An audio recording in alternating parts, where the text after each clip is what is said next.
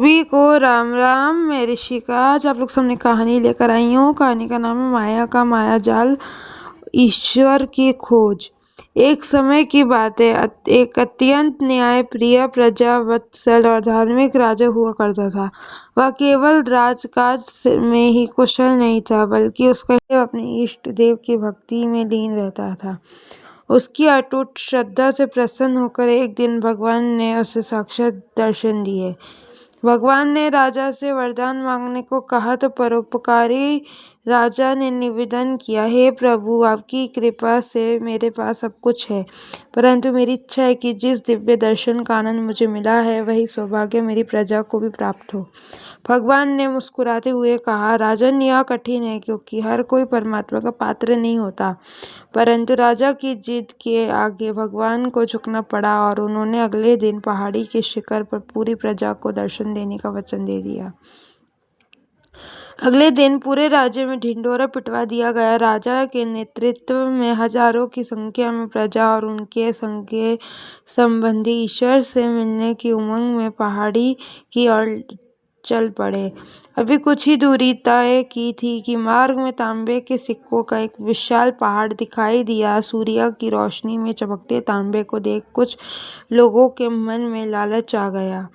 वे सोचने लगे कि भगवान तो फिर कभी मिल जाएंगे, पहले संपत्ति को बटोर ले। राजा ने उन्हें समझाया कि ईश्वर के सामने इस धातु का कोई मूल्य नहीं है, पर लोभ के वशीभूत होकर एक बड़ी भीड़ नहीं रुक गई। राजा खिन्नमन से आगे बढ़े।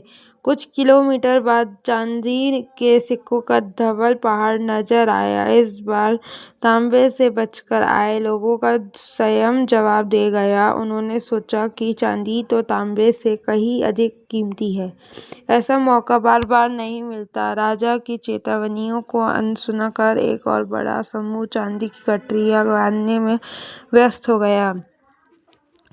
जैसे जैसे यात्रा आगे बढ़ी, प्रलोभन और बढ़ते गए। रास्ते में सोने के सिक्कों का चमचमाता पर्वत आया। अब तो राजा के खास दरबारी और सज्जन भी खुद को रोक ना सके।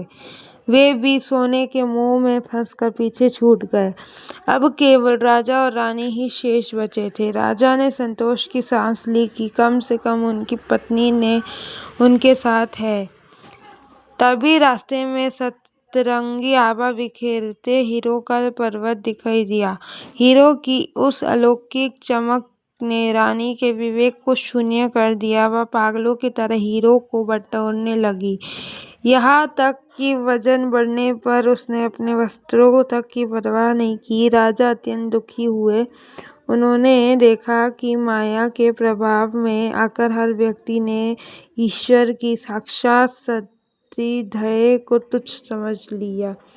राजा अकेले ही पहाड़ी के शिखर पर पहुंचे। वह भगवान मुस्कुराते हुए उनका इंतजार कर रहे थे। भगवान ने पूछा, राजन, तुम्हारी प्रजा कहाँ है? मैं तो कब से उनसे मिलने को बेकरार था। राजा ने आत्मलीन से सिर झुका लिया। तब भगवान ने कहा, हे राजन, जो लोग सांसारिक वस्तुओं को मुझसे श्रेष्ठ मानते हैं, उन्हें मेरी प्राप्ति कभी नहीं हो सकती। मनुष्य अक्सर सोने चांदी की चमक में उसे परम प्रकाश को भूल जाता है जो उसके भीतर है। शिक्षा: यह कहानी हमें सिखाती है कि परमात्मा की प्राप्ति केवल उसे ही होती है जिसकी बुद्धि स्थिर और जिसका मन मोह माया के आकर्षणों में मुक्त है।